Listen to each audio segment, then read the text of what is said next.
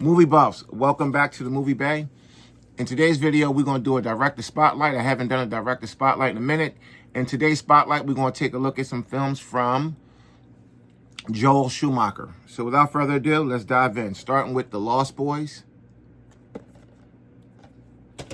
One of my favorite, well, this is like right up there in my top 3 Schumacher films.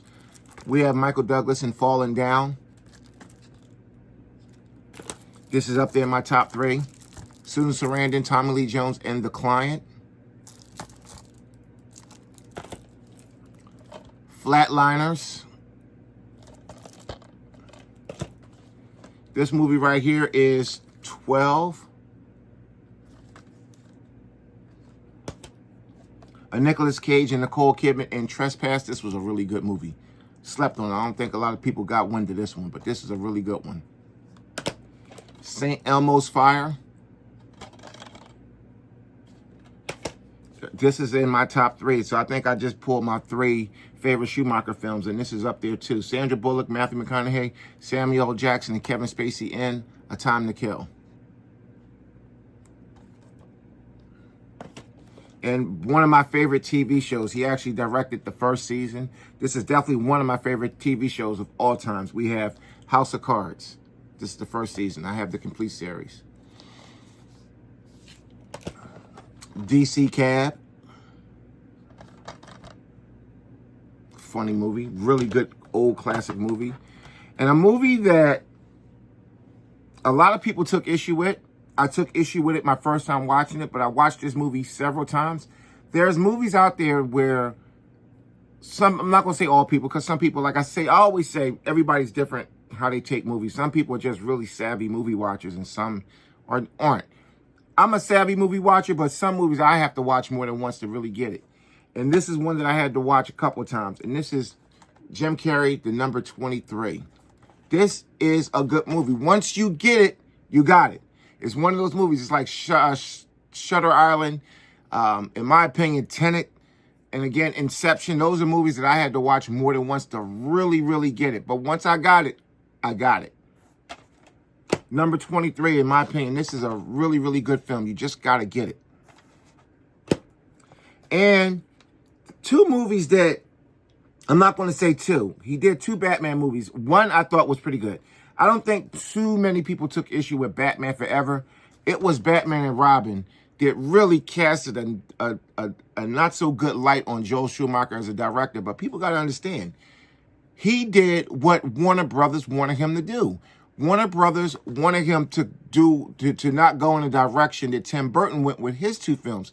They wanted a more family-friendly, more toy-selling, more socially acceptable version of Batman at the time. So he did what Warner Brothers wanted. They wanted the neon lights and the bat nipples and all of that shit that us Batman fans didn't want. It wasn't Joel Schumacher. He gave Warner Brothers what they wanted. So, yeah, I get it. Batman and Robin was a train wreck, but no way that, to me, pointed poorly at Joel Schumacher, because he was hired to do a job by Warner Brothers, and he did what they wanted. And the fact that Batman and Robin was held as probably the worst Batman movie of all time, that's not on him. He was contracted to put out a movie basically the opposite of Tim Burton movies, and he did that. So, yeah. The 2 Batman movies that Joel Schumacher did, Batman Forever, I don't think too many people took an issue with that, not really. But Batman and Robin was hard. But again, as we just looked at some of his films, he is a very talented and capable director who put out a lot of good films in his career. So we got Batman Forever, Batman and Robin, Number 23, DC Cab, and he put out a lot of varied films, as you can see, some comedies, some thrillers, some good stuff. Directed the first season of House of Cards, which in my opinion is probably one of the best seasons out of the 6. A Time to Kill. I mean, this is a guy who put out Batman and Robin, and he put this out.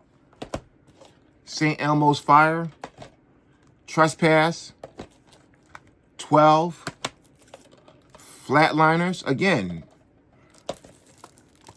The Client. I mean, again, so if a director put out a bad movie, you dive deep into why the movie was bad. Is it that the director don't have any talent? There's some talentless directors out there, but Joel Schumacher is not one of them. Trust me, this man put out some great films.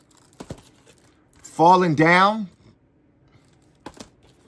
the first Lost Boys film. There you have it. That's my director spotlight on Joel Schumacher, a highly, highly skilled and talented director who got, lambasted by putting out one crappy Batman movie. Because again, Batman Forever I thought was decent, and people blamed him for it. But again, he said that he was just, and he apologized. Him and Clooney apologized for that movie, probably still to the day. I remember they did they basically went on an apology tour. And Schumacher wasn't arrogant about the whole thing. He basically apologized for the film several times. But he also stated that he did what Warner Brothers wanted. Warner Brothers, everybody, us film guys, we know Warner Brothers is one of those studios that interfere with their properties. I mean, they do have a right to have input, but sometimes studios can interfere too much with a film. They put you got the bean counters in the corporate office, not really caring what the viewers want to see. They want to go with what's going to sell toys, merchandise, and put butts in seats. Sometimes they're right, sometimes they're wrong. But again, Joel Schumacher is a highly, highly skilled, talented director, and that's just a handful of his films that's out there. If I was you, I would check into some of his films. He's a really good director. Thanks for watching this episode of Director Spotlight. See you in the next one.